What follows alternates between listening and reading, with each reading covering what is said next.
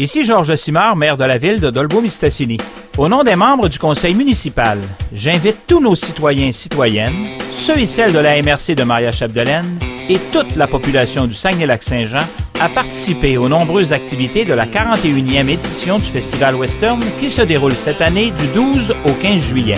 Je souligne le travail des organisateurs et des nombreux bénévoles qui ont mis tout en œuvre pour faire de cette 41e édition un succès. Bienvenue à Dolbeau-Mistassini et bon Festival Western.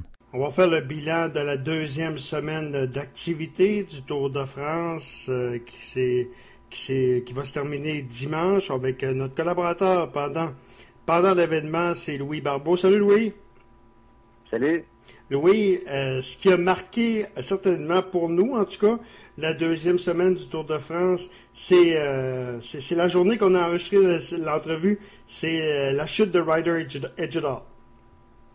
Oui, effectivement. Je pense que la chute est survenue quelque chose comme une demi-heure ou une heure après. Puis ce que j'avais mentionné, c'est qu'évidemment, la première semaine, surtout, c'est vrai tout le temps, mais la première semaine, entre autres, en raison du fait que ton est plus fébrile, le classement est moins défini. En plus de ça, ben, c'est des étapes souvent pour les sprinteurs. Ce qui est important, c'est de rester en dehors du trouble. Puis malheureusement, dans le cas de Ryder, ben, il s'est fait prendre derrière dans une chute massive et il s'est blessé à la hanche. On a pu le voir d'ailleurs là quand il est remonté sur le vélo, il avait de la difficulté à pédaler. Donc malheureusement, il était contraint à l'abandon. C'est vraiment dommage dans son cas parce qu'il disait qu'il était dans la forme de sa vie. Est-ce qu'il aurait pu éventuellement prétendre à la victoire au Tour de France? Ça, c'est loin d'être certain, mais je pense qu'il y avait certainement des ambitions pour terminer parmi les 5 premiers, puis ça, je crois que c'était réaliste. Donc, évidemment, c'est dommage. On a eu plusieurs autres coureurs là, qui ont été également impliqués dans cette chute-là. Ça a un peu bouleversé le classement. Je pense entre autres à Frank Fleck, qui maintenant est quand même 12e, là, après 10 minutes. Il y a Menchov également qui est rendu à 17 minutes 16e. Donc, au niveau du classement général, là, on a eu d'autres athlètes. Là, je pense à Cancellara qui a décidé d'abandonner le tour.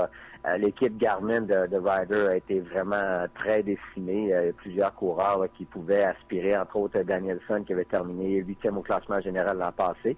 Oui. Bon, ce qui est quand même bien, c'est que les 3 coureurs qui étaient identifiés comme étant les favoris du Tour cette année, soit Bradley Wiggins, Cadel Evans puis Vincenzo Nibali sont toujours au plus fort de la lutte, même si Wiggins, dans le contre-la-montre individuel, a vraiment dominé et creusé l'écart de façon plus importante peut-être que ce qu'on s'attendait là, par rapport à Cadel Evans, qui est maintenant 4e au classement général à 3 minutes 20, qui a perdu même un peu de temps dans l'étape d'hier, donc a perdu près d'une minute sur Wiggins dans la fin de l'ascension lors de l'arrivée. La plus belle surprise, par contre, c'est elle est au sein de l'équipe de Sky, l'équipe de Bradley Wiggins avec Froome, qui est 2e au classement général à 2 minutes 5. Ouais. Donc, l'équipe Sky qui, pour l'instant, là, semble vraiment dominante. On a pu les voir, entre autres, dans l'étape de montagne hier, où Wiggins était en mesure de conserver avec lui 3 de ses lieutenants là, qui étaient là pour le seconder tout au long de l'étape. OK. On vient sur Edgedal. Est-ce que il était blessé, mais ça aurait absolument pas donné grand-chose de continuer, hein? Puisque lui, après sa chute, il m'a dit je me concentre sur l'ombre. Donc, ça aurait donné quoi de continuer, sachant que... pas grand-chose. Je pense que d'abord, il y avait vraiment de la difficulté à pédaler. Il semblait avoir un bon hématome. Donc, à ce moment-là, il aurait pu peut-être même aggraver sa blessure. Donc, il n'y avait pas vraiment de raison. En plus de ça, les autres leaders de la formation, des coureurs qui auraient pu avoir des prétentions au classement général, je pense à Christian Van der Velde ou encore à Tom Danielson dans la même formation, eux autres aussi étaient très loin ou avaient abandonné. Donc, à partir de ce moment-là, s'il avait pu apporter un soutien à un autre coureur qui aurait eu des prétentions au niveau du classement général, il aurait peut-être décidé de continuer. Mais dans les circonstances, je pense qu'il a pris la bonne décision. Le parcours de Londres, c'est peut-être pas le parcours qui lui convient le plus, mais ça, c'est une course sur route d'un jour. Il peut y avoir des échappées. Puis, c'est un compétiteur. Donc, je pense que dans les circonstances, il a pris probablement la décision qui était la meilleure pour lui. OK. Bon, on vient sur Bradley Wiggins. On l'avait dit, la deuxième semaine, il va prendre le maillot jaune. Il l'a actuellement encore. C'est David Miller ce matin en passant qui a remporté sa première victoire depuis 2003, qu'il remporte une étape du Tour de France. Est-ce que Wiggins, je pense, est-ce qu'il va être atteignable d'ici la fin du Tour? Ben, oui, c'est toujours possible, mais bon, dans le contre-la-montre, il reste encore un contre-la-montre individuel assez important qui va se tenir samedi la semaine prochaine. Donc, un contre-la-montre de 54 km. À moins d'une grande surprise, il devrait l'emporter, puis même accentuer l'écart avec les autres. Donc, ce qui reste maintenant pour les autres coureurs, faut peut-être essayer d'aller chercher du temps. Bon, il y a l'étape de dimanche entre Limoux et Foix, qui est une étape de montagne, mais bon, c'est peut-être pas tellement cette étape-là. C'est peut-être plus là quand on va arriver dans les Pyrénées, là, il y a encore 2 bonnes étapes là, mercredi et jeudi prochain, où il y a peut-être des écarts possibles, mais encore une fois, à moins d'une défaillance, bon, les gens disent que Wiggins c'est peut-être pas le coureur le plus habile dans les descentes, mais il est bien secondé. Je pense pas qu'il perde tant de temps que ça. Faut savoir quand même que le deuxième au classement général actuellement, c'est un de ses équipiers, Froome, et puis son principal rival, ou des 2 principaux rivaux, qui sont Vincenzo Nibali, est à 2 minutes 33, puis Cadel Evans à 3,19. Fait que si on considère que ces 2 coureurs-là vont probablement concéder tout près de 2 minutes dans le contre-la-montre qui va avoir lieu la semaine prochaine. Donc, ça veut donc dire qu'il faudrait que Wiggins perd par rapport à ces 2 coureurs-là 5 minutes. Donc, à moins d'une défaillance majeure dans une étape de montagne, ce qui semble pas, il n'y a rien qui laisse présager que ça pourrait arriver. D'autant que Wiggins a quand même remporté 2 gros tours cette année avec Paris-Nice et puis le Dauphiné libéré.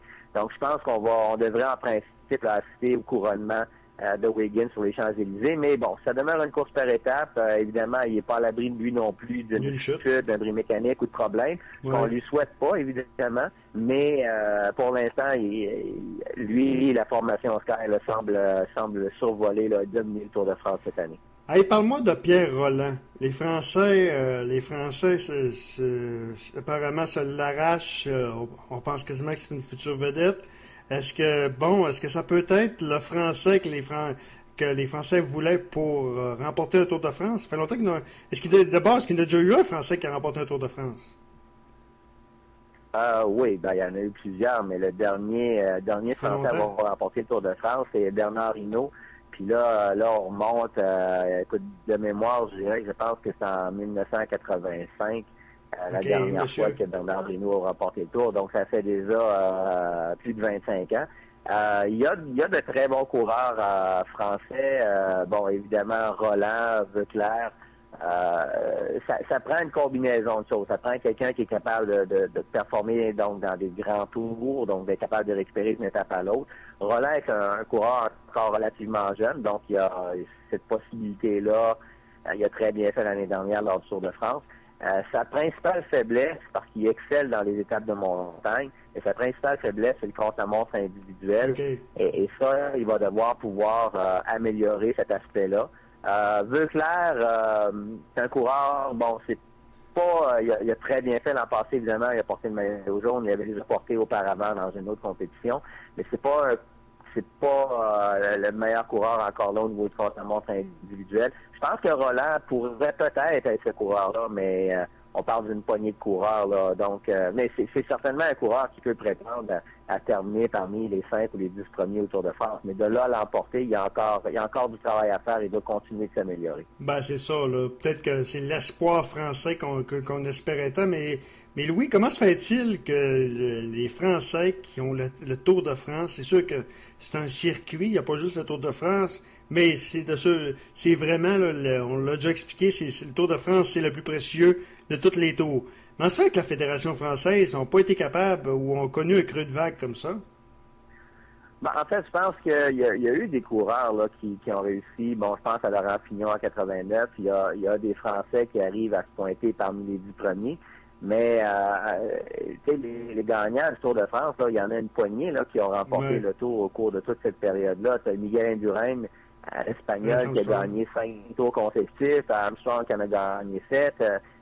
Donc, déjà là, tu sais, à 2 coureurs seulement, là, tu vas, il y en a, tu parles déjà d'une douzaine, t'as le Greg LeMond qui en a rapporté quelques-uns dans cette période-là aussi. Ce qui fait que les cantadors, ce ce qui fait que finalement, même si on parle d'une dizaine, d'une vingtaine d'années, en réalité, il y a peut-être eu 4 ou 5 candidats sérieux pour la victoire dans chacune de ces années-là. Et bon, il y a d'autres nations, je pense particulièrement évidemment à l'Espagne, à l'Italie, à l'Allemagne, bon, évidemment l'Australie maintenant avec Evans, puis les Américains, que ce soit avec Greg LeMond ou Lance Armstrong. Donc, il y a d'autres nations qui sont très, très fortes, même si on considère que les Français ont toujours été une des forces dominantes. Mais tu sais, à ce compte-là, les Belges, la Belgique est une grande nation de vélo, puis le dernier Belge à avoir remporté le Tour de France, je pense qu'il faut remonter dans les années 70 avec Merckx ou Devlemenc pour pouvoir identifier un gagnant. Mais bon, donc c'est vraiment une poignée d'individus qui est quand même assez restreinte. Ça. OK. En terminant, à surveiller cette semaine, tu m'as parlé d'étapes difficiles de mercredi, entre autres. Et ce qu'il y a deux étapes, là. Ouais, okay. Deux étapes, le mercredi et jeudi, qui sont vraiment deux étapes de montagne.